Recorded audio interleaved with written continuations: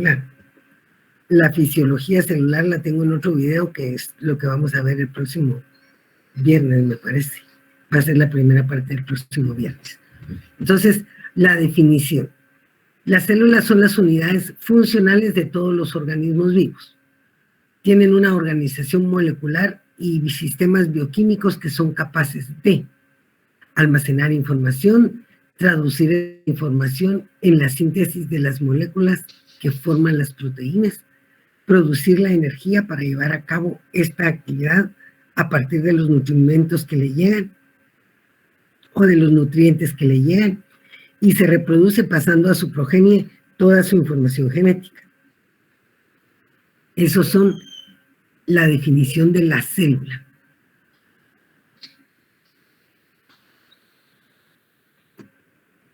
Tenemos el tamaño de la célula. Las células son de tamaño variable. Por tal motivo, las podemos dividir en 3 grupos. Como ustedes saben, el prefijo macro, ¿qué significa? Grande. Macroscópicas. Son células observadas fácilmente a simple vista. Esto obedece al gran volumen de alimentos de reserva que contiene. Ejemplo, la yema de huevo de las aves y reptiles que alcanzan varios centímetros de longitud. Esa es una célula macroscópica. Luego tenemos las células microscópicas.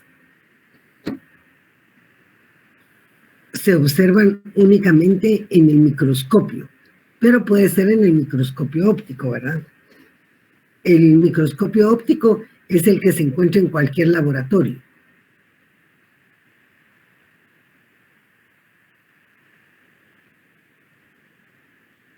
El microscopio óptico es el que encontramos en cualquier laboratorio. Entonces, las células microscópicas son observables únicamente en el microscopio, cuyo tamaño se expresa en la unidad llamada micra o micrón. Por ejemplo, los glóbulos rojos, los cocos, que los cocos son los estafilococos, los estreptococos, los diplococos. Esos son los cocos. Eso lo vamos a ver cuando miremos los microorganismos, las amebas, etc. Y tenemos las células súper, más allá de lo microscópico, ultramicroscópica. Son sumamente pequeñas y observables únicamente con el microscopio electrónico. En este caso se utiliza como unidad de medida el milimicrón, MU, que es la millonésima parte del milímetro o la milésima parte de una micra. Yo creo, patojos, que para uno no es fácilmente pensable una medida de ese tamaño. No sé si a ustedes les pasa, pero fíjense, tenemos que solo si quieren vayan viendo esto o lo van haciendo en su cuaderno a la par mía.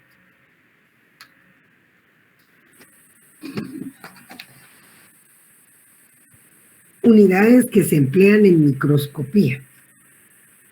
1 milímetro es igual a 0.001 de metro. ¿Sí? ¿Están de acuerdo conmigo? Solo uno conteste. Sí, licenciada. Muy bien, eso es 1 milímetro. Porque en 1 metro, ¿cuántos milímetros hay? Hay 1000. Entonces, por eso es que es igual a 0.001 de metro. 1 micrómetro o una micra es igual a 0.000001 metro. O sea, es la milésima parte de una milésima. Eso es una micra. La milésima parte de una micra. O sea, en 1 milímetro es cuando dividimos 1 metro en 1000 partes. Cuando medimos una micra, estamos dividiendo 1 metro en 1 millón de partes.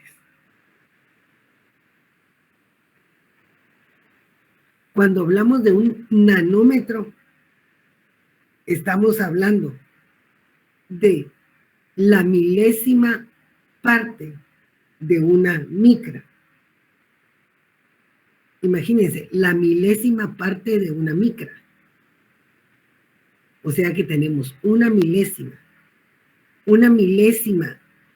del metro, o sea, de esas linitas chiquitillas que uno mira en su regla normal, una de esas se divide en 1000 para hacer una micra. Cada una de esas micras se divide en 1000 para hacer un nanómetro. Y todavía se divide 10 veces más para hacer un angstrom. Entonces ya esto ya no tiene...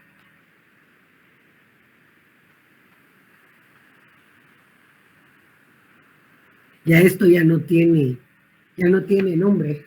Ya no es, como les digo, así como perceptible, muy que uno lo pueda pensar, ¿verdad? Y eso es lo que tenemos que pensar en la célula. Estamos hablando de membrana, estamos hablando de transporte, estamos hablando de digestión en esos tamaños. En esos tamaños. Imagínense de qué tamaño es una mitocondria, de qué tamaño es un ribosoma. Bueno, después de que hablamos ya de esto, entonces estaba diciéndoles que las células ultramicroscópicas son sumamente pequeñas y son observables únicamente en el microscopio electrónico.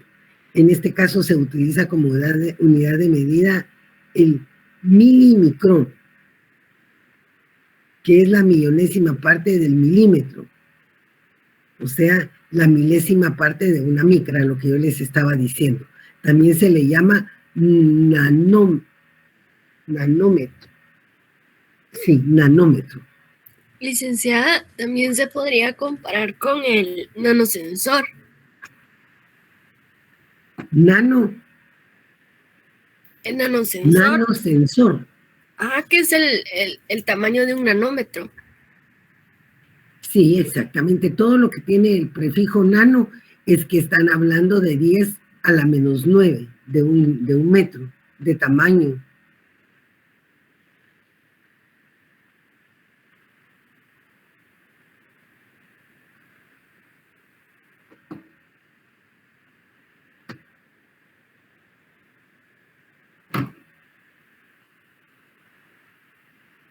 Y aquí tenemos algunas imágenes de unas células, ¿verdad? Tenemos un espermatozoide, que es una célula reproductiva con su flagelo.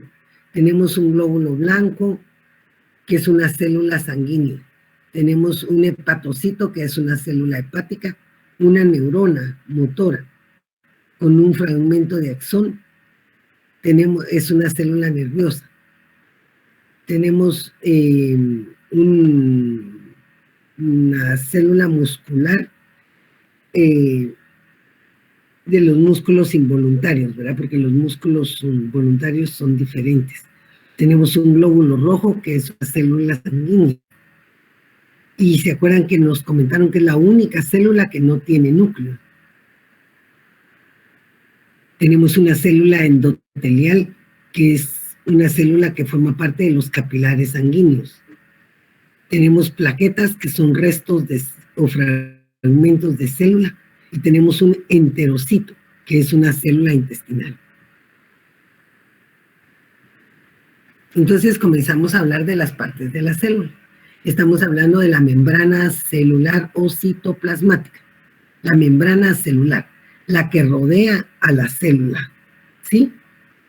Se integra principalmente de proteínas y lípidos. Principalmente de proteínas y lípidos, la membrana celular. Está formada por una bicapa delgada que es elástica y se mantiene estable envolviendo la sustancia intracelular. En los estudios iniciales de la membrana celular se propusieron varios modelos, pero el más aceptado fue el de Singer y Nicholson en 1972 quienes propusieron el modelo de mosaico fluido. Aquí tenemos la membrana celular. Miren, es una estructura bicapa. Si ustedes ven, aquí se mira la separación de las capas. Miren, aquí es una estructura bicapa. Aquí va la separación de las capas. Tiene del lado externo, del lado que da al exterior de la célula, del lado exterior tiene glicolípidos y tiene fosfolípidos, tiene colesterol. O sea, de este lado tiene carbohidratos. Miren, aquí tienen el carbohidrato. Y del lado interior, o sea, el que queda dentro de la célula, donde están todos los organelos, donde tiene su citoplasma, donde tiene su citoesqueleto, donde está en el retículo endoplasmático rugoso, su retículo endoplasmático liso. Al interior de la célula, ahí tiene proteínas. Miren, proteína integral, proteína periférica. Eso es lo que tiene en el lado interno. Entonces es una estructura bicapa. Tiene dos capas. Esas dos capas son de fosfolípidos.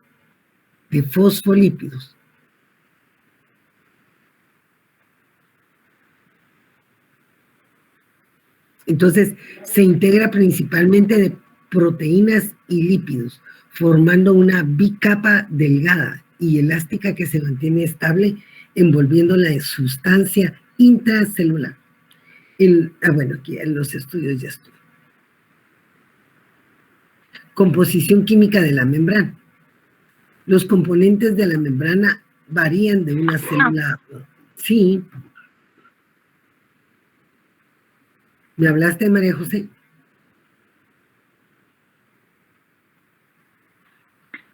Ya, pero podría subir al... Fíjense que no entiendo nada, está malo y tiene, no me acuerdo cómo me dijeron que se llama cuando están así los micrófonos. Licenciada, creo que ella quiere que suba un poquito la diapositiva. ¿Así? La anterior, licenciada. Sí, solo como tenía una duda. Entonces, en la parte exterior, bueno, tenemos todo lo que nos dice ahí, que es carbohidratos, colesterol, y en la parte interior usted mencionaba que ahí es donde encontramos entonces ¿cómo se llamaba? El rugoso y el liso.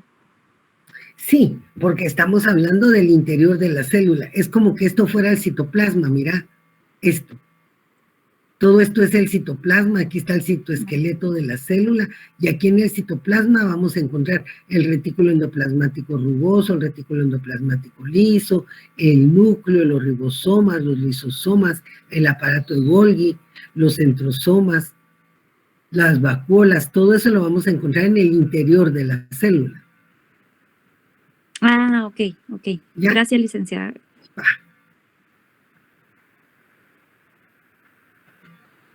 Entonces les estaba diciendo que los componentes de la membrana varían de una célula a otra. Sin embargo, todas presentan proteínas y lípidos. Los componentes de la membrana están directamente relacionados con el tipo de célula que es. Sí, varían de una célula a otra, los componentes. Pero todas las células tienen proteínas y lípidos. Los lípidos de la membrana. ¿Quiénes son los lípidos? Los fosfolípidos, que por su disposición determinan la hidrofilia, o sea, la atracción del agua superficial de la membrana, e hidrofobia central o media. La cabeza de los fosfolípidos es polar y la cola es apolar. Los ácidos grasos de los fosfolípidos son generalmente insaturados y esto incrementa la fluidez y la flexibilidad de la membrana celular. Entonces, en la membrana vamos a encontrar fosfolípidos, glucolípidos, fosfolípidos, o sea, son lípidos con grupo fosfato glucolípidos son lípidos con un grupo carbohidrato, y los esteroides, que son moléculas como el colesterol. Les otorga estabilidad frente a los cambios de temperatura de la célula. Les otorga estabilidad a las células, ¿verdad? Frente a los cambios de temperatura. Entonces, ¿qué vamos a encontrar en todas las membranas plasmáticas? Lípidos y proteínas. Los lípidos que vamos a encontrar son los fosfolípidos, los glucolípidos y los esteroides. Licenciada, cuando se agregan esteroides al cuerpo, ¿por qué es que al poco tiempo de usarlos la persona se empieza como a hinchar? Fíjate que no sé. Eso lo van a ver en su clase de farmacología, pero por lógica se los voy a deducir. Déjame razonarlo. Yo creo que más es por cuando la persona empieza a tomar esteroides, porque son esteroides químicos. Porque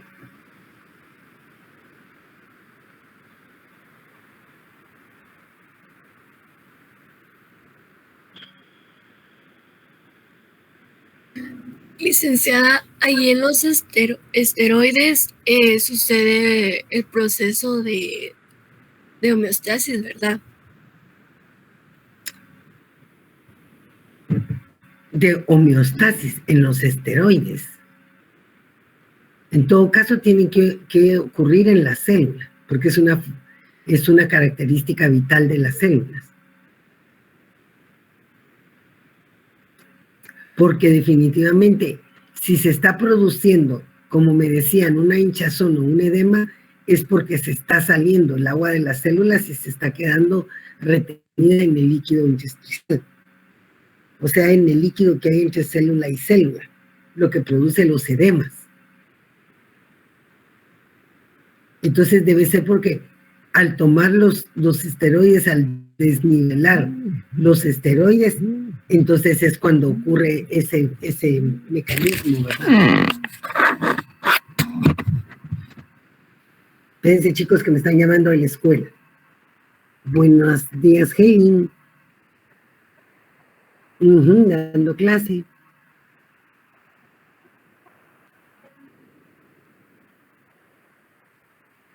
Así. Va. Yo la llamo en un recesito. Yo, si tengo recesito, si no a las 12:30. Yo la llamo, tan linda. Muchas gracias por preocuparse por mí. Ah, tan chula. Va, muchas gracias, Helen. Dios pues.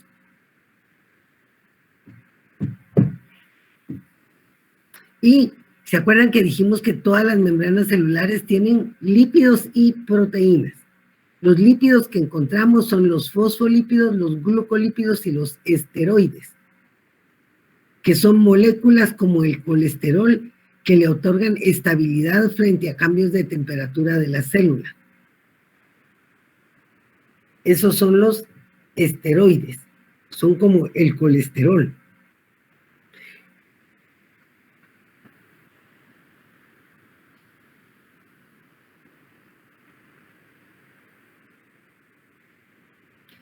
Y tenemos las proteínas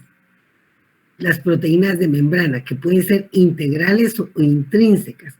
Son proteínas que están insertadas en la membrana. Funcionan como canales iónicos o como transportadores. ¿Sí? Esas son las proteínas que pueden ser integrales o intrínsecas y periféricas o extrínsecas. Las periféricas o extrínsecas son proteínas que están en uno de los lados de la membrana. Funcionan como receptores o enzimas.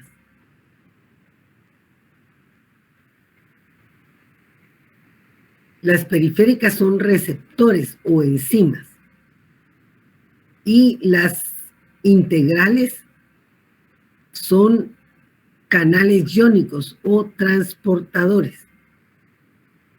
¿Qué diferencia hay? Un transportador transporta una molécula, un receptor se adhiere a una molécula para permitirle entrar o salir de la célula.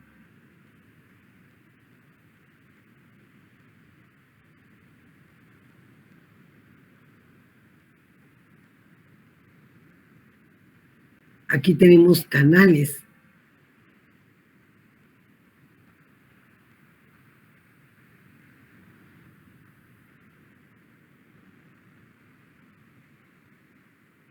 Y aquí nos están hablando de lo que yo les decía, la bicapa lipídica, ¿se acuerdan? Que no deben de olvidarse que aquí en la parte externa tiene glúcidos o carbohidratos, y aquí en la parte interna tiene, aquí dice citosol. Esto que nos está indicando que esta es la parte interna de la célula. Sí, entonces aquí, en la parte interna de la célula, lo que tiene son proteínas.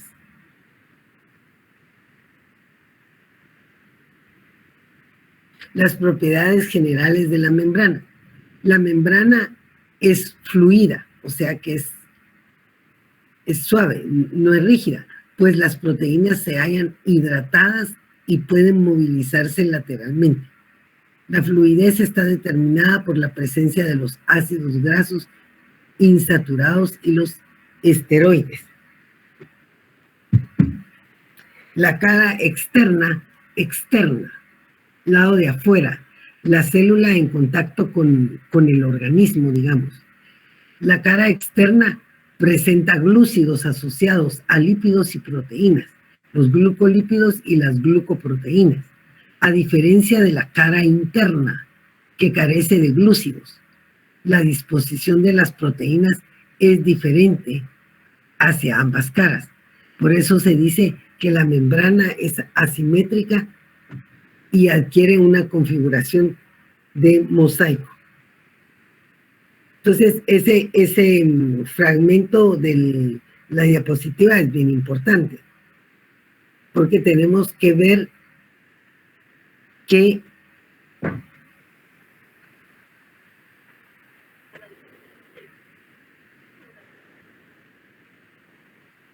la membrana es, como nos está diciendo, la disposición de las proteínas es diferente hacia ambas caras. Glúcidos asociados a lípidos y proteínas en la cara externa, carbohidratos asociados a lípidos y proteínas, a diferencia de la cara interna que carece de glúcidos. La disposición de proteínas es diferente hacia ambas caras. Por eso se dice que la membrana es asimétrica y que adquiere configuración de mosaico. Otra característica que tenemos es que la membrana es semipermeable.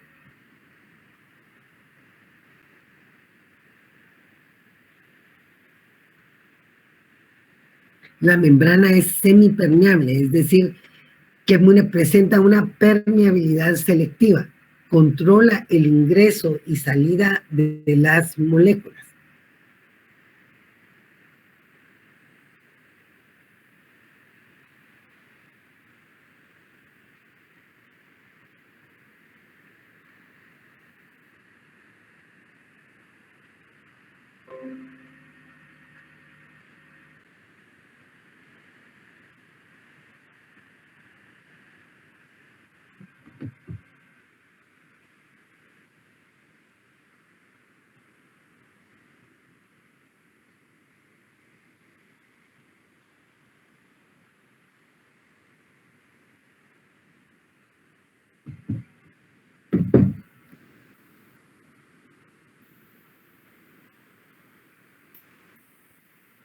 Bueno, entonces la membrana es semipermeable, eso es importantísimo, es decir, que presenta permeabilidad selectiva, o sea, que selecciona permeabilidad selectiva. O sea, ella dice, usted entra, usted no entra. controla el ingreso y salida de moléculas de la célula. O sea que ya no es rígida, pero es semipermeable, pero no puede entrar quien quiere, ¿verdad? Sino que es semipermeable y solo permite el ingreso de cierto tipo de moléculas. Ahora vamos a ver acá las funciones de la membrana celular. Compartamentalización. Eso quiere decir que delimita, delimita el medio intracelular del medio extracelular. Limita. Es una de las funciones principales de la membrana, ¿verdad? Que limita el medio intracelular del medio extracelular. O sea que esto es como la puerta de su casa, que está limitando su hogar de la calle. La compartamentalización. Esa es una de las funciones principales de la membrana.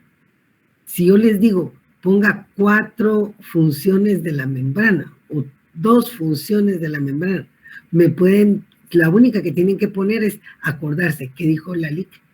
Que la membrana es la puerta de la casa. Entonces, ¿qué va a hacer? Delimita el interior del exterior. O sea, delimita el medio interno de la célula del medio externo o extracelular. Transporte. Permite el intercambio de materiales con su medio externo. Permite, otra de las funciones es que permite el intercambio de materiales con su medio externo. Y es receptora y transmisora. La membrana es receptora y transmisora. Se relaciona con la captación de hormonas mediante compuestos llamados receptores de membrana.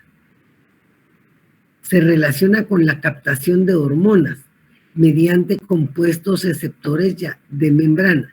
En algunas membranas de células animales se da la función de neurotransmisores.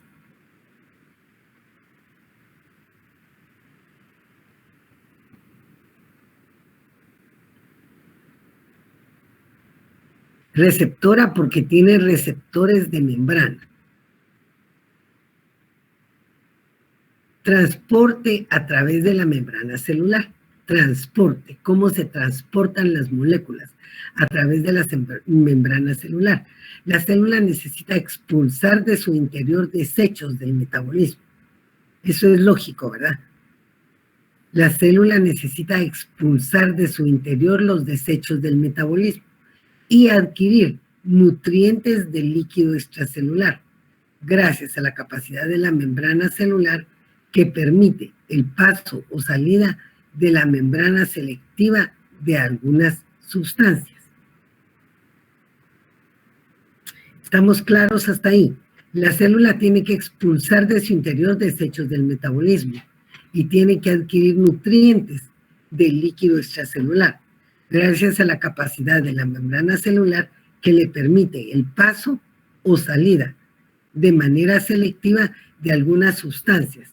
Las vías de transporte a través de la membrana celular y los mecanismos de transporte básicos son transporte pasivo o difusión, que puede ser difusión simple o difusión facilitada, y el transporte activo. Ya vamos a tener un transporte pasivo que va a ser difusión.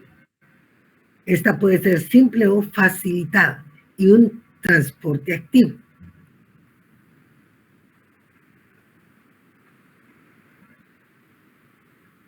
El transporte pasivo o difusión. La difusión es la forma por la que las sustancias atraviesan la bicapa, o sea, la membrana lipídica, debido al movimiento continuo de las moléculas a lo largo de los líquidos o de los gases. O sea que las moléculas están en un movimiento, sí, en los líquidos o en los gases. Y debido a ese movimiento pueden entrar a la semipermeabilidad de la célula. pueden entrar y entran por difusión, ¿verdad? Es así como que ustedes dejan un poco de agua caer en una superficie y el agua comienza como a extenderse, ¿sí? Pero no necesita ni energía, ni necesita algo que la jale o que ustedes hagan algún otro esfuerzo por empujarla, no. Simplemente se extiende. Así es la difusión, por la que las sustancias atraviesan la bicapa lipídica debido al movimiento continuo de las moléculas a lo largo de los líquidos o de los gases. Este movimiento de partículas es lo que se llama en física calor, y a mayor movimiento, mayor temperatura. El transporte pasivo no necesita energía por parte de la célula para mejorar el intercambio de materiales a través de la membrana celular. Entonces, el transporte pasivo es simple, ¿sí? No necesita energía, no necesita proteínas, no necesita transportadores, no necesita nada para poder pasar cuando es por difusión, ¿sí? Licenciada, un ejemplo de ello podría ser el perfume, ya que cuando uno se lo aplica, se propaga en el medio ambiente. Sí, se propaga por difusión, ¿verdad? Pero sí, podría ser. Pero más claro ese que les pongo yo, que les digo, ponen agua en un lugar, porque estamos hablando también con el perfume, son como gases, ¿verdad? Que están en el aire. Igual, la célula, como está en el medio líquido del organismo, entonces el líquido por difusión, están las moléculas y las moléculas penetran a la célula, pero no es que deje entrar a todas, ¿verdad? Sino la semipermeabilidad de la célula permite entrar moléculas de determinado tamaño. Este tipo el movimiento cinético de las moléculas o iones a través de la membrana, sin necesidad de fijación con proteínas portadoras de la bicapa lipídica. O sea, no necesita nada. La difusión simple no necesita nada. No necesita energía, no necesita nada, receptores, no necesita transportadores, nada. Entra solo por puro movimiento cinético. Este tipo de transporte se puede realizar a través de mecanismos físico-químicos como la ósmosis. ¿Qué es la ósmosis? Cuando una molécula pasa de un área de más concentración a una de menor concentración. Eso es la ósmosis, ¿verdad? Para mantener el equilibrio. La diálisis. Y a través de canales o conductos que pueden regirse por permeabilidad selectiva de los diferentes conductos proteínicos, mecanismos de compuerta de los conductos proteínicos. O sea, como que los conductos proteínicos tienen una compuerta, ¿verdad? Entonces se acercan las moléculas que van por difusión simple en agua o en gas y se abre la compuerta y pueden pasar. Así pasan por los conductos proteínicos. En los conductos proteínicos, el mecanismo de compuerta de los conductos proteínicos. Ahora ahí estamos hablando de la difusión simple, pero también nos habían dicho que hay una difusión facilitada, ¿se recuerdan? Aquí en los dos mecanismos tenemos que el transporte a través de la membrana celular puede ser transporte pasivo o difusión y transporte activo. El transporte pasivo puede ser por difusión simple o por difusión facilitada. La difusión simple, que es esta que tenemos aquí, esto es la difusión simple de la que ya hablamos. Y tenemos la difusión facilitada. También se le llama difusión mediada por portador. Miren, les voy a decir, es como para entrar a la escuela, por decirles a un área determinada de la escuela, al área de cómputo, al comedor de la escuela. El comedor es la parte interna de la célula. Y todos los corredores y todos son la parte externa. Entonces todos andan por allá afuera. Pero para entrar al comedor no puede llegar Perico Los Palotes y meterse, sino tienen que ser estudiantes de la escuela. Pero pueden entrar sin que tenga que llegar un maestro a entrarlos, sin que tengan que llevar un monograma o algo especial para poder entrar. No, pueden entrar. Así es la difusión simple, pueden entrar. Pero acuérdense que la membrana es semipermeable, es selectiva. Entonces, la selectividad en ese caso es que no puede entrar cualquiera, sino pueden entrar estudiantes de la carrera de enfermería. La difusión facilitada, que es el otro tipo de mecanismo de entrada, se llama también difusión mediada por portador, porque la sustancia transportada de esta manera no suele poder atravesar la membrana sin una proteína portadora que le ayude. Entonces, póngase que de repente dicen, ya no pueden entrar todos los estudiantes o no pueden entrar todas las personas al comedor de la escuela. Pero entonces, sí van a poder entrar los maestros, pero pueden entrar únicamente si llegan con la presidenta de la clase donde dan clases. Entonces viene María José y me dice, licenciada, si quiere ir al comedor, yo la llevo. Entonces, María José va a ser mi proteína portadora. ¿Qué me va a ayudar? ¿Sí? ¿Entendieron hasta aquí la diferencia?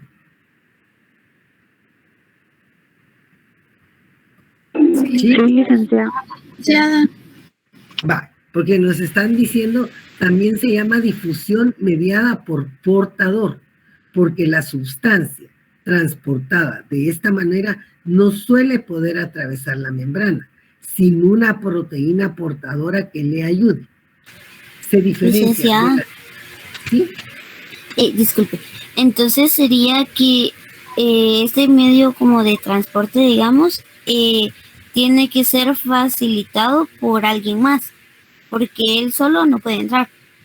Él solo no puede entrar, pero entonces cerca sobre la superficie de la célula hay proteínas para poder transportar a las moléculas. Entonces es como que, por decirles algo, como que María José, que es la presidenta, que es la proteína específica para poder entrar maestros, entonces siempre va a estar por ahí, por el comedor. Entonces cuando mira venir a un maestro, ella se junta con el maestro y eso ya permite que él pueda entrar al comedor. Ella es la proteína portadora específica que le va a ayudar. Entonces, por eso digo, ¿ya? Sí, entendí. Gracias. Se diferencia de la difusión simple a través de conductos, que mientras que la magnitud de la difusión simple a través de conductos, en que mientras que la magnitud de difusión de la difusión simple se incrementa de manera proporcional con la concentración de la sustancia que se difunde, la difusión facilitada, la magnitud de difusión se aproxima a un máximo al aumentar la concentración de la sustancia.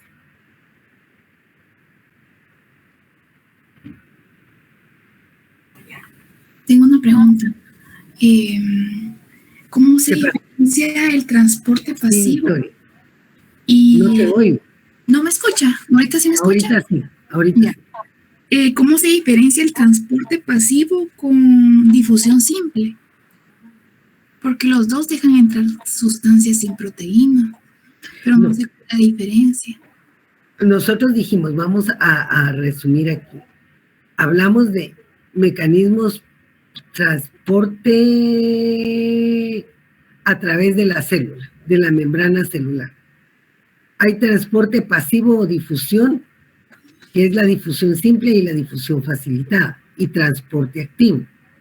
La difusión simple es cuando entra en líquidos, en el agua, los gases, entran las moléculas. Difusión, solo entran a la célula. Esa es la difusión simple.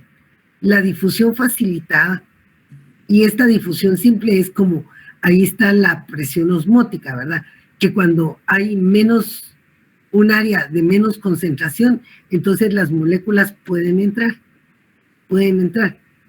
de un área de mayor concentración a una de menor concentración. No van a necesitar una proteína, no necesitan un portador, no necesitan energía, no necesitan nada. Simplemente pueden entrar. Esa es en el transporte pasivo. La difusión simple. Ah, ok. Gracias. Eso era mi duda. También encontramos en el transporte pasivo la difusión facilitada, que es cuando una proteína de la membrana, que era cuando les explicaba el ejemplo del comedor, cuando una proteína de la membrana se acerca a la molécula, y entonces eso es como quien dice, déjele entrar. Y entonces por eso se llama difusión facilitada, porque le están facilitando la entrada. Ella no puede entrar como la difusión simple, no puede entrar sola. Pero tampoco necesita de energía, tampoco necesita de nada de eso, simplemente una proteína y ya puede entrar. Y luego tenemos el transporte activo. ¿Vamos claros hasta ahí? Todo claro, licenciada. Sí, licenciada. Va. Luego vamos con el transporte activo.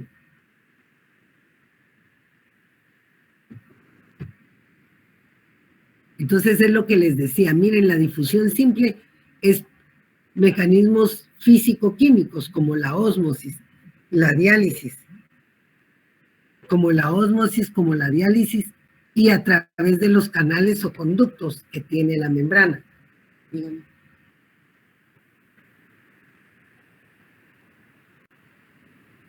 Va, que pase.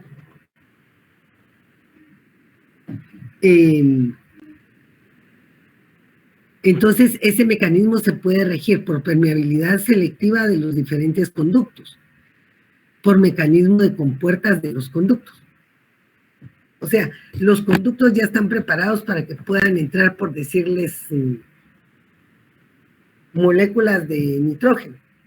Hay un conducto de nitrógeno, entonces puede entrar. Esa es la difusión simple, cuando no necesita nada más que entrar. Y tenemos la difusión facilitada, que también es transporte pasivo. En la difusión facilitada se llama difusión mediada por un portador, porque la sustancia transportada de esta manera no puede atravesar la membrana sin una proteína portadora. ¿Ya? Esta es la difusión facilitada. Necesita a alguien que le facilite la entrada. Como cuando ustedes van a un concierto, necesitan un pase de entrada. Sí, esa es su proteína portadora. Ese pase de entrada que les permite que entren. Dani, te buscan.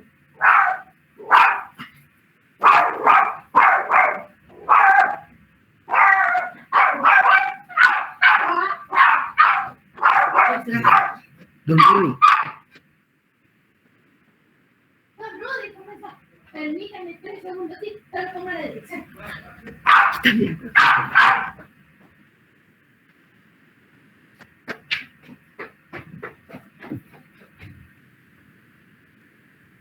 Eso es la difusión facilitada, cuando necesita una proteína, un portador. Y luego tenemos, eso es transporte pasivo, difusión. Y luego tenemos el transporte activo. Estamos hablando del transporte a través de la membrana.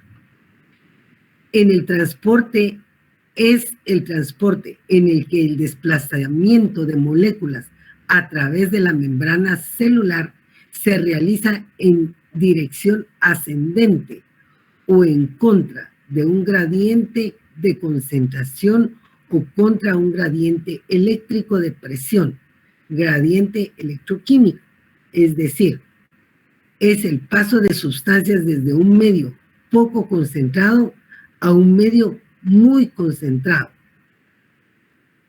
Para desplazar estas sustancias contracorriente,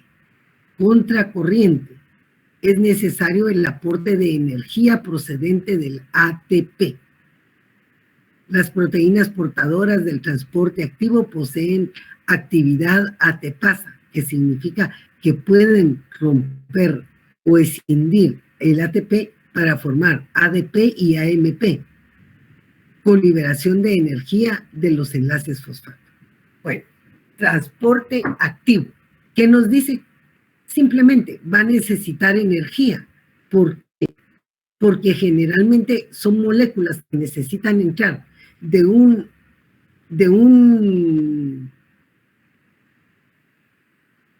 medio menos concentrado a un medio muy concentrado. O sea, supónganse que es el mismo concierto al que ustedes entraron con su carnet, con su pase, como que fuera su proteína portadora.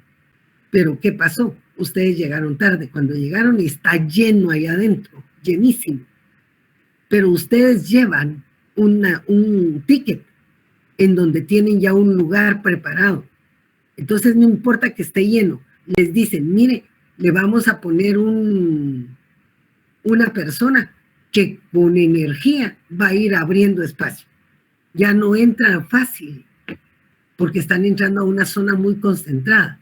Entonces va una persona que lleva algo que hace que los otros se hagan a un lado para que pueda entrar. O sea, necesitan algo especial que se llama energía para poder entrar. ¿Me entienden, chicos? Sí, licenciada. O sea que aquí entraría lo que es la absorción de los alimentos digeridos o también la excreción de la orina. Esa es la ingestión de los nutrientes es hacia el interior de la célula y la orina es secreción, es excreción. Pero no siempre es contracorriente. En cambio, el transporte activo siempre es contracorriente. Siempre es de sustancias más concentradas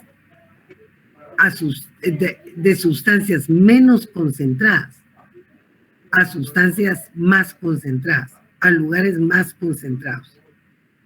Y entonces siempre va a necesitar ATP. El transporte activo siempre necesita ATP.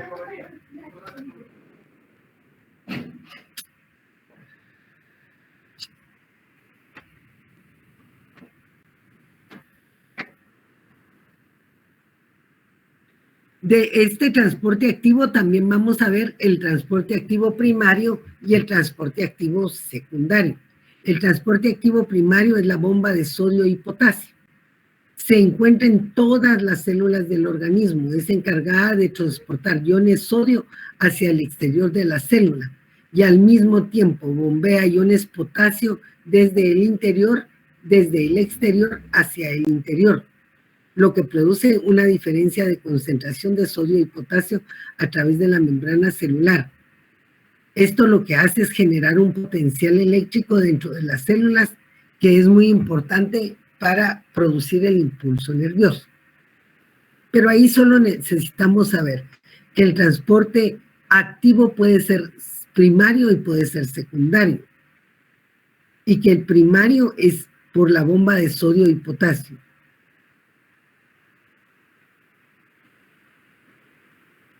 Esta, como nos dicen, la bomba de sodio y potasio se encuentra en todas las células. Y es el encargado de transportar iones sodio hacia el exterior y iones potasio hacia el interior. Y tenemos el transporte activo secundario. o cotransporte. Licenciada, disculpe, Sí. ¿algún ejemplo que dé del transporte primario? ¿Manda? ¿Algún ejemplo que tenga como para el transporte primario? Mira, el transporte primario, todo esto que se les vaya quedando, porque tengo un video que es el que les voy a poner cuando ya vamos a terminar la clase, ese nos explica todo esto con ejemplos, todo lo del transporte primario.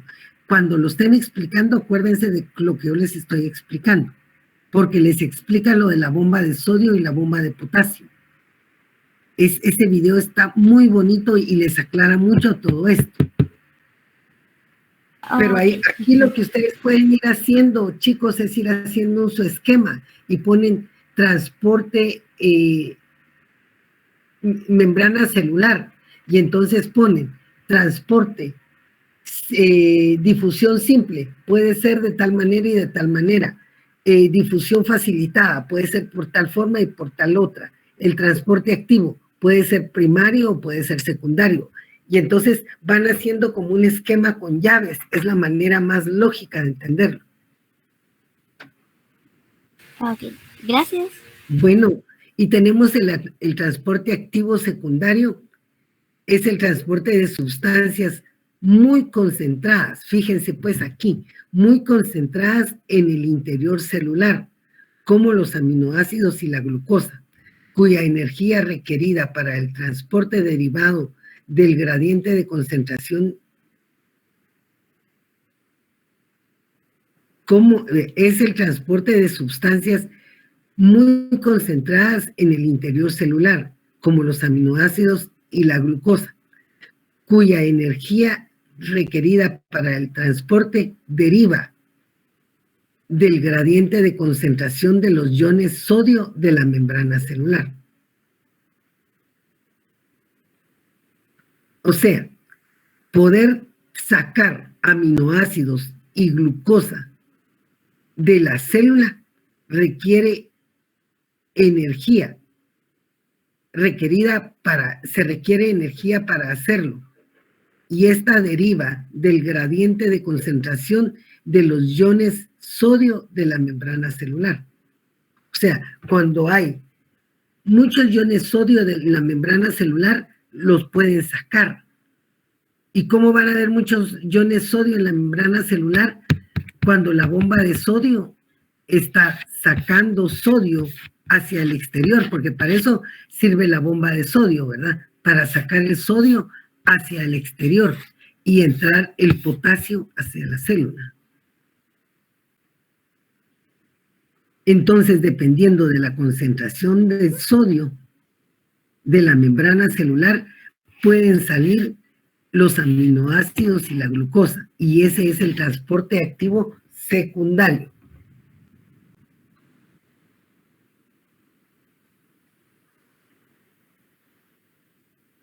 Y también en el transporte activo primario y secundario vamos a tener la bomba de calcio. Es lo mismo, es una cosa parecida, pero con otra función. Es una proteína de la membrana celular. Proteína de la membrana celular de todas las células eucariotas. Su función consiste en transportar calcio iónico, o sea, un Ca2+, hacia el exterior de la célula, gracias a la energía proporcionada por la hidrólisis del ATP, con la finalidad de mantener baja la concentración de calcio en el citoplasma para el normal funcionamiento celular. O sea, la bomba de calcio, ¿para qué es? Para mantener nivelado el calcio dentro de la célula. La bomba de calcio es la proteína que transporta el calcio hacia el exterior para que esté nivelado el calcio del citoplasma.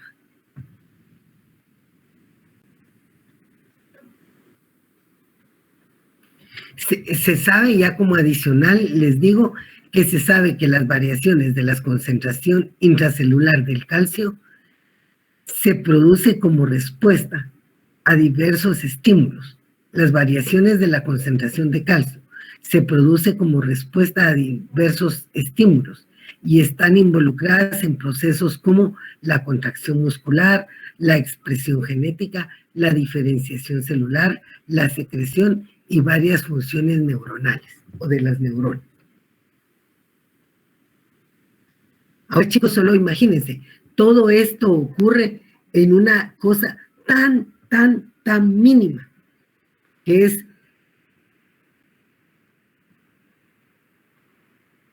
miles, 1 millón de veces más chiquita que 1 milímetro. Es un 10 a la menos 9, ¿verdad?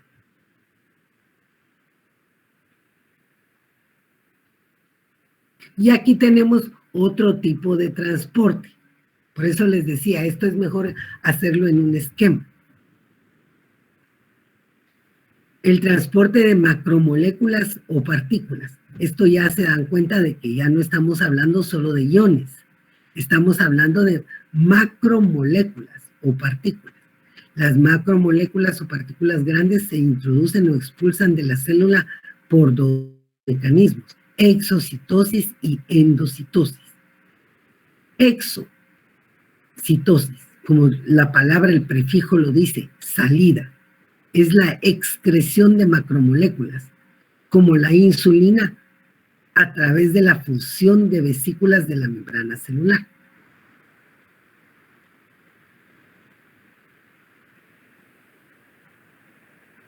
Entonces es la forma como sale la insulina de las células del páncreas, a través de la membrana celular. Eso es exocitosis. Y endocitosis es la ingestión de moléculas con la formación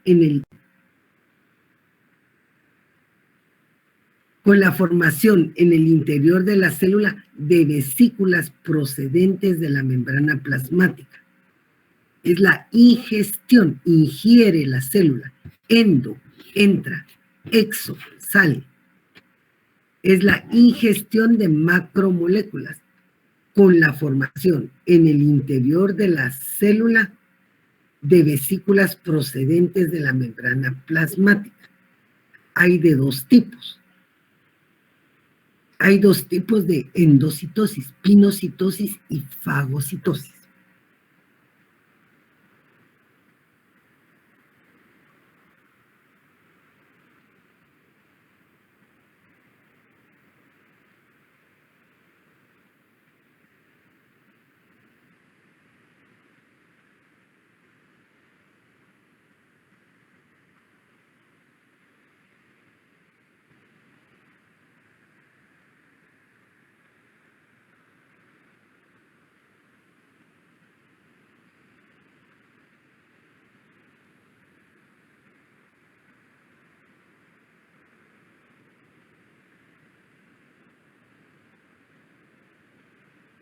Entonces aquí tenemos a la endocitosis, entrar.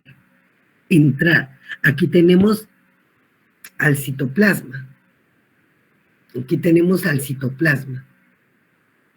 Este es el interior de la célula. El amarillito es el interior de la célula. Endo. Entonces están aquí las macromoléculas y quieren entrar a la célula. Entonces, ¿qué pasa? En la membrana celular se hace una invaginación, ¿sí? Esa invaginación se cierra y se forma una vesícula. Y como vesícula entra ese contenido de macromoléculas a la célula. Eso es la endocitosis, entrar a la célula, adentro de la célula. La exocitosis es salir de la célula. Entonces tenemos aquí una vesícula que, pónganse, puede ser una vesícula de insulina que va a salir de la célula del páncreas. Entonces viene y hace una vesícula, se llega a la orilla de la célula y ya cuando llega a la orilla de la célula se abre y vierte su contenido al torrente sanguíneo o a otro aparato o a otro órgano, ¿verdad? Donde se necesita. pero siempre seguimos teniendo aquí adentro el citoplasma. Se hace la vesícula o la vesícula la manda en su momento, podrían ser proteínas que está mandando el aparato de Golgi, llegan a la orilla, vesículas ya formadas, empaquetadas, llegan a la orilla de la membrana celular y se vierte el contenido de ellas hacia el torrente sanguíneo u otros órganos.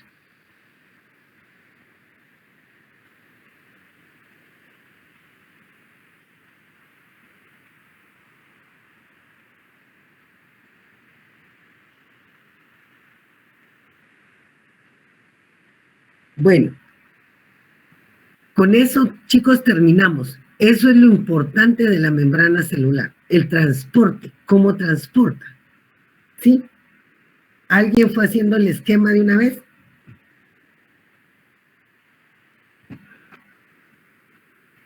Yo estaba haciendo dibujitos. Tú sí lo estabas haciendo. Sí, por eso pedí un ejemplo, porque yo los estaba como medio dibujando. Ah, lo siento. Ya lo vas a poder poner, ¿oíste? Cuando miremos el otro video. Ok, ¿Alguien más gracias. estaba haciendo esquema? No, licenciada, al menos yo solo es toma de nota únicamente. Bueno. Entonces ahora ya vamos a las partes que ya todos vimos, ya lo vieron en el video, ya lo platicamos en la primera parte de la clase. El citoplasma. Aquí ya nos vamos un poquito más rápido. El citoplasma es la parte fundamental de la célula. Citoplasma, todos ubíquense. Estamos hablando de ese líquido en el que están flotando los organelos. Es la parte fundamental de la célula, región situada entre el núcleo y la membrana celular. El citoplasma es una sustancia transparente y algo viscosa. Tiene un aspecto gelatinoso y está formada sobre todo por agua y proteínas. ¿Se acuerdan la membrana por qué estaba formada? Por proteínas y lípidos.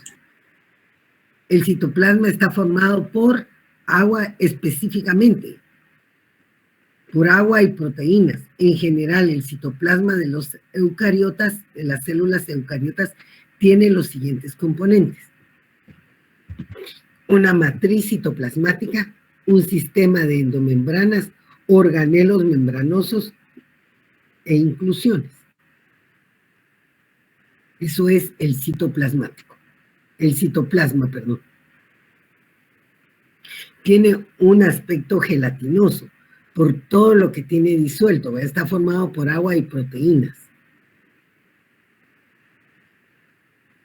Es una sustancia transparente y algo viscosa, tiene un aspecto gelatinoso.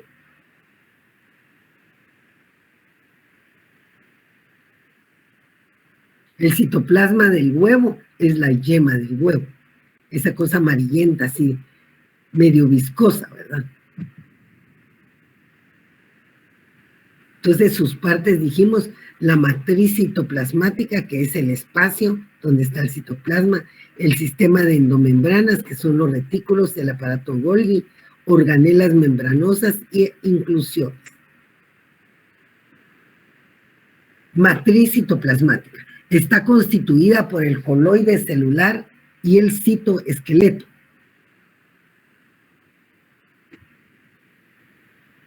Las proteínas de la matriz poseen un alto grado de asociación, lo que permite la formación de filamentos muy delgados y túbulos en todo el citoplasma. Esto constituye el esqueleto celular o citoesqueleto.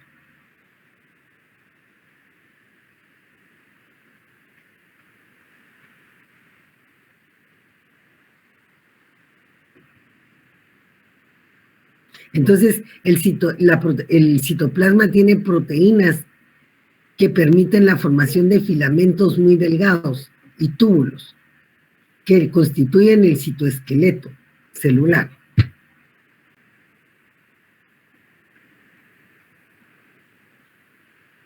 El citoesqueleto. El citoesqueleto tiene por función estabilizar la estructura de la célula, organiza el citoplasma, estabiliza la estructura de la célula. Eso es como cuando ustedes tienen algo, pónganse, tienen un muñequito y le quieren poner algo que le dé como forma. Entonces le están poniendo un medio esqueletito ahí adentro, ¿verdad? Se lo ponen de alambrito o se lo ponen de algo, porque si lo hicieron como de tela, entonces se pone todo aguado, si no le ponen algo que lo mantenga dándole forma. Entonces igual es el citoesqueleto de la célula. Tiene por función estabilizar la estructura de la célula. Organiza el citoplasma con todos sus organelos y produce movimiento. Está formado por 3 tipos de filamentos proteicos, principalmente por filamentos de actina, filamentos intermedios y microtúbulos. Por eso está formado el citoesqueleto.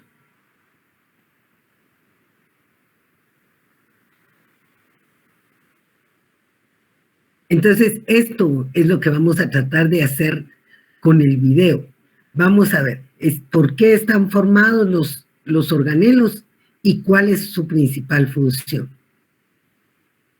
Entonces, ¿por qué está formado el citoesqueleto? Está formado por filamentos de actina, por filamentos intermedios y por microtúbulos. ¿Y cuál es su función? Estabiliza las estructuras de la célula, organiza en el citoplasma todos los organelos y produce el movimiento. Aquí tenemos una imagen de un citoesqueleto. Acá. Aquí tenemos en retículos endoplasmáticos. Aquí tenemos una mitocondria. Y aquí tenemos la membrana celular.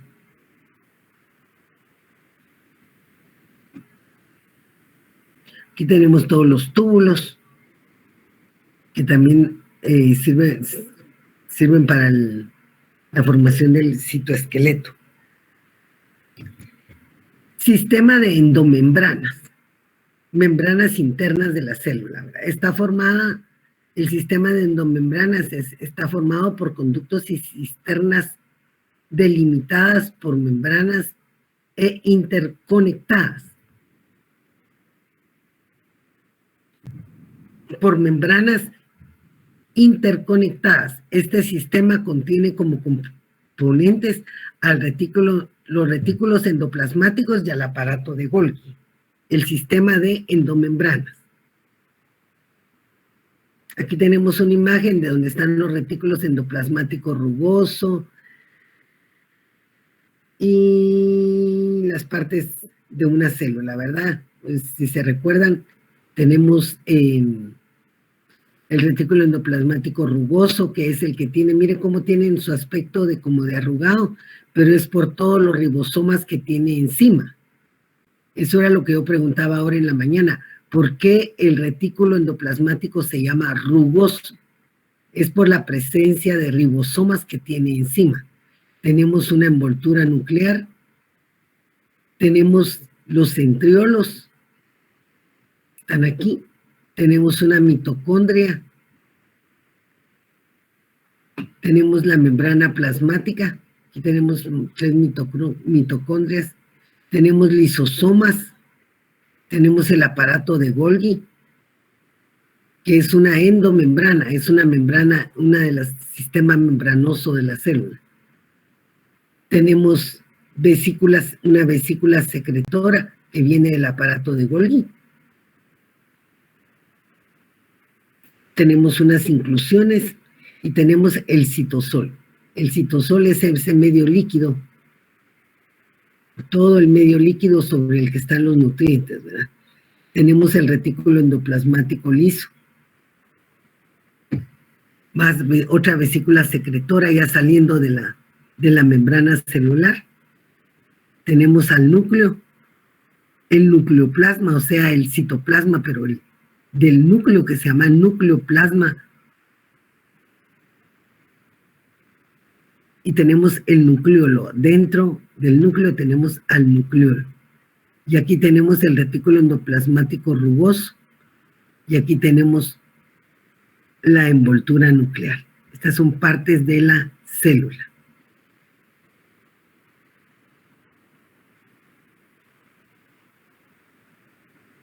Miren, retículo endoplasmático rugoso siempre va a tener ese aspecto porque tiene pegados los ribosomas. El liso no tiene nada. Tenemos también el aparato de Golgi y tenemos una envoltura nuclear. El retículo endoplasmático es una red interconectada que forma cisternas, tubos aplanados y vasáculos comunicados entre sí, que intervienen en funciones relacionadas con síntesis de proteínas, metabolismo de lípidos y de algunos esteroides, así como transporte intracelular. Todas estas son funciones del retículo endoplasmático, pero solo que aquí no nos han dicho qué retículo, por eso está la síntesis de proteínas, el metabolismo de lípidos y el transporte intracelular, todo junto, ¿verdad? Porque ya después nos lo separan cada uno. Se encuentra en la célula animal y vegetal, pero no en la célula procariota.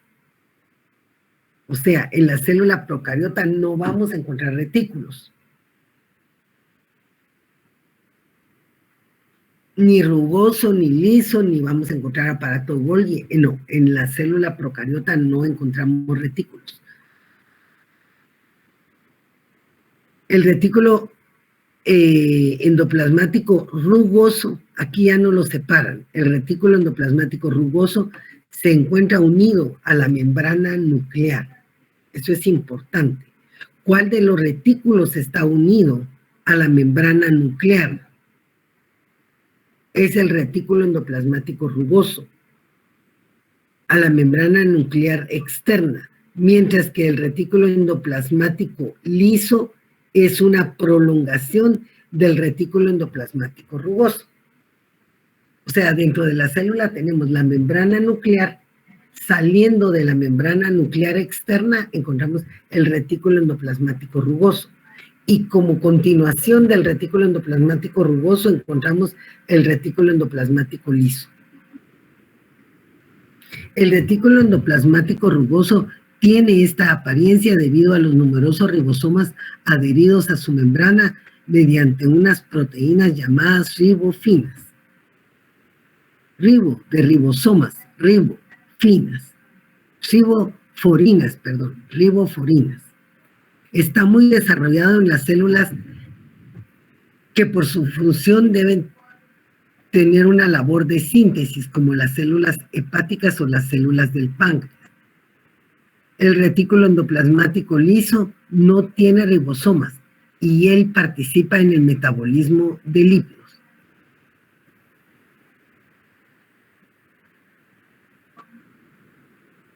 Las funciones. Síntesis de proteínas. Ese es el retículo endoplasmático rugoso. La lleva a cabo el retículo endoplasmático rugoso específicamente en los ribosomas adheridos a su membrana. Las proteínas serán transportadas al aparato de Golgi mediante vesículas de transición. El metabolismo de lípidos, el retículo endoplasmático liso.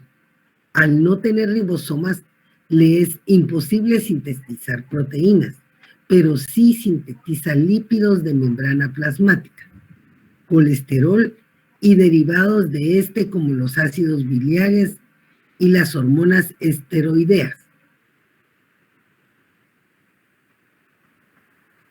Claro, los dos retículos, el endoplasmático y el liso. Sí, licenciada. Vale.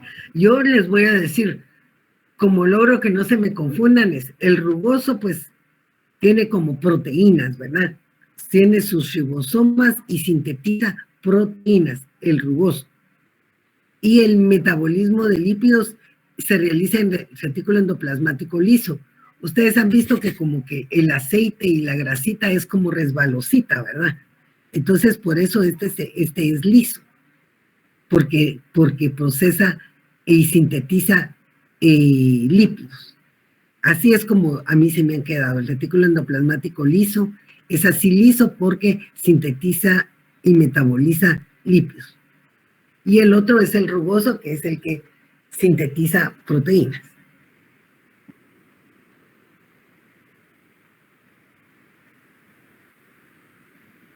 Esta es una diapositiva adicional. La detoxificación es un proceso que se lleva a cabo principalmente en las células del hígado y que consiste en la inactivación. Detoxificar, en la inactivación de productos tóxicos como drogas, medicamentos, también el licor, el alcohol o los propios productos del metabolismo celular, por ser liposolubles, hepatocitos. La glucoxilación son reacciones de transferencia de un oligosacárido a las proteínas sintetizadas. Se realiza en la membrana del retículo endoplasmático.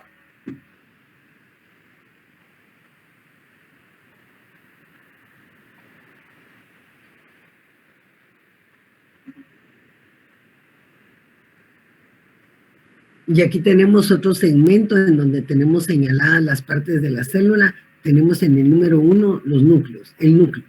En el número 2, los poros nucleares.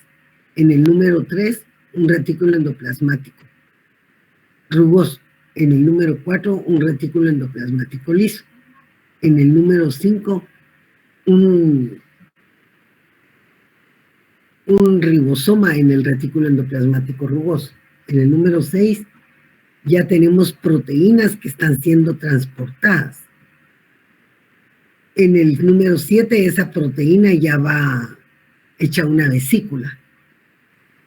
Y tenemos una vesícula de transporte. En el número 8 tenemos al aparato de Golgi. En el número 9 tenemos el lado cis del aparato de Golgi.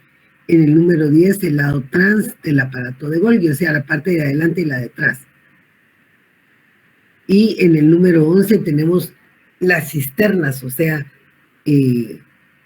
esas estructuras aplanadas, ¿verdad? Que son las que hacen que se realice el movimiento de transporte en el aparato de Golgi. Y luego vamos a pasar a una mitocondria. Tenemos una membrana interna, una membrana interna. Adentro, una membrana externa, aquí afuera, unas crestas y una matriz, ¿verdad? Que es el líquido que tiene adentro la mitocondria. Entonces nos dicen que son orgánulos presentes en prácticamente todas las células eucariotas, encargados de suministrar la mayor parte de energía necesaria para la actividad celular. Actúan como centrales energéticas de la célula y sintetizan ATP por medio de la fosforilación oxidativa. ¿Qué es la fosforilación oxidativa? Es cuando llegan los nutrientes de los alimentos y son transformados en ATP. Esa es la fosforilación oxidativa. Realizan además muchas reacciones del metabolismo. Estamos hablando de la mitocondria. Es la central energética de la célula y es sus pulmones. Porque en la mitocondria se realizan los procesos de respiración celular. Después tenemos a los lisosomas. Aquí tenemos al aparato de Golgi y tenemos lisosomas saliendo del aparato de Golgi.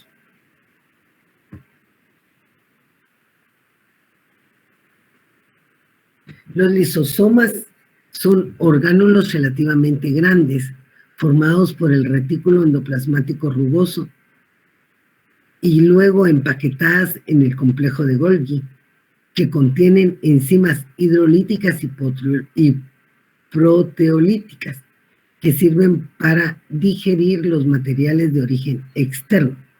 Cuando digieren materiales de origen externo, los lisosomas, se llama el proceso heterofagia, origen externo, o cuando es de origen interno, o sea, cuando están digiriendo materiales que ella tiene dentro, se llama autofagia. Es decir, digestión celular. Eso es la función del lisosoma, digestión celular. El pH del medio, del interior de los lisosomas es de 4.8. O sea, es ácido, ¿verdad? Más bajo que el del citosol, el líquido del citoplasma, que es neutro. Y esto se debe a que las enzimas proteolíticas funcionan mejor a un pH ácido. La membrana del lisosoma estabiliza el pH bajo bombeando protones. O sea, para mantener el lisosoma, su pH bajo, bombea protones, o sea, iones H, ¿verdad? H positivo.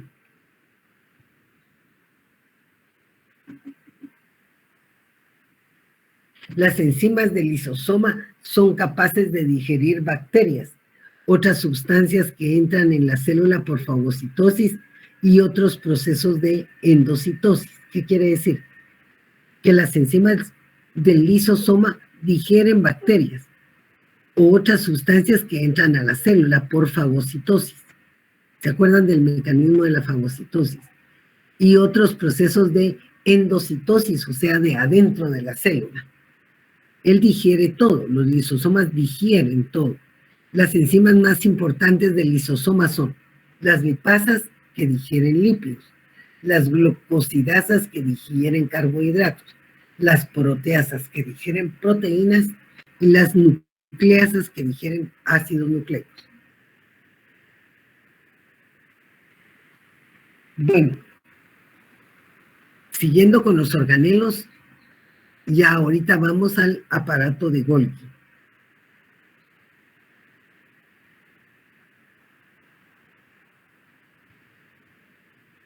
El complejo o aparato de Golgi fue descubierto por Camillo Golgi en 1998, de ahí su nombre, ¿verdad? Es una estructura única situada entre el núcleo y el polo secretor de la célula. Es una estructura única situada entre el núcleo y el polo secretor de la célula, o sea, la orilla de la célula. Algunas células son múltiples como los hepatocitos. Está formado por un conjunto de sacos aplanados o cisternas y de vesículas llenas de fluidos. Los sacos se hallan apilados y sus extremos dilatados. O sea que es como que fueran sacos abiertos, ¿verdad? Están unos sobre de otros los sacos y tienen las orillas, las tienen abiertas. Los cisternas de Golgi son de 5 a 8 cisternas por cada fila, o más de 30. El retículo endoplasmático y el aparato de Golgi forman en el citoplasma una red intercomunicada de túbulos. O sea, son las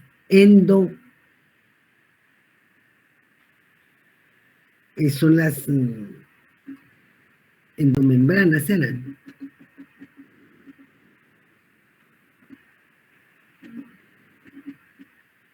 Aquí está. Endomembranas. Aparato de Golgi, los dos retículos endoplasmáticos y la envoltura nuclear. Entonces, cuando nos habla del aparato de Golgi, acá,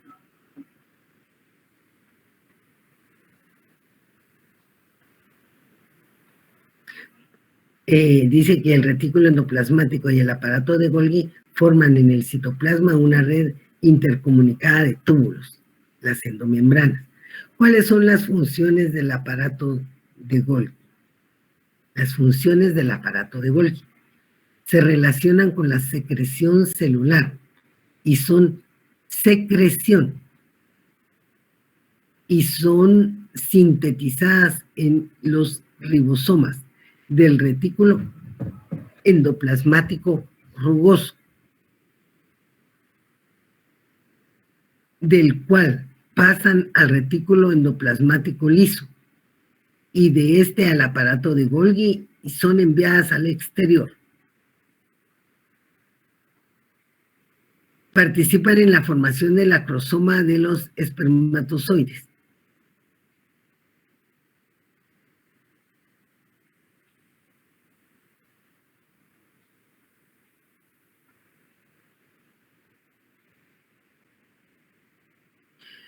En la formación de lisosomas. En todo esto participa el aparato de Golgi. En la formación de lisosomas realizan síntesis de polisacáridos y de celulosa en los vegetales. Tienen funciones de secreción, de transporte y de excreción de sustancias lipídicas y de algunas hormonas.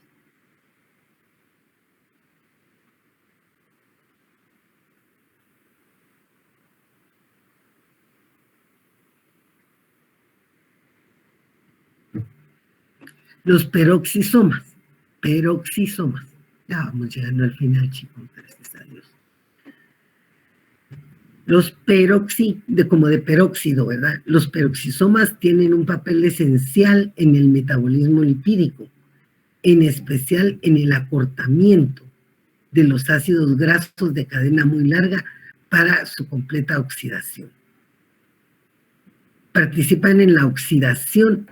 ¿Cuál es su función? Participar en la oxidación de los ácidos grasos de cadena larga. También interviene en la síntesis de glicerolípidos, ésteres lipídicos del glicerol. También contiene enzimas que oxidan aminoácidos, ácido úrico y otros sustratos utilizando oxígeno molecular con formación de agua oxigenada. Esos son los peroxisomas. Entonces su papel más importante es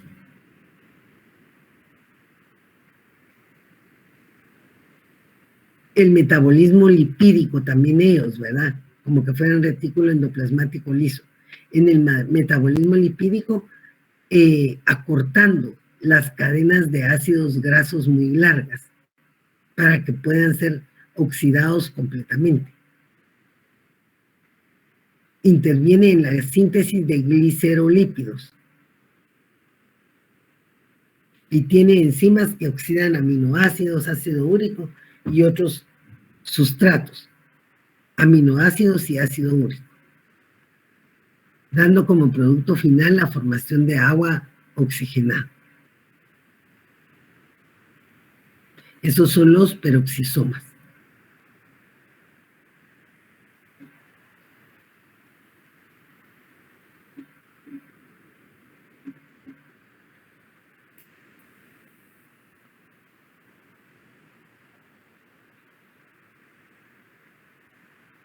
Bueno, luego tenemos a los ribosomas. Es una estructura de la que hemos hablado muchísimo. Ay, pero ¿por qué están?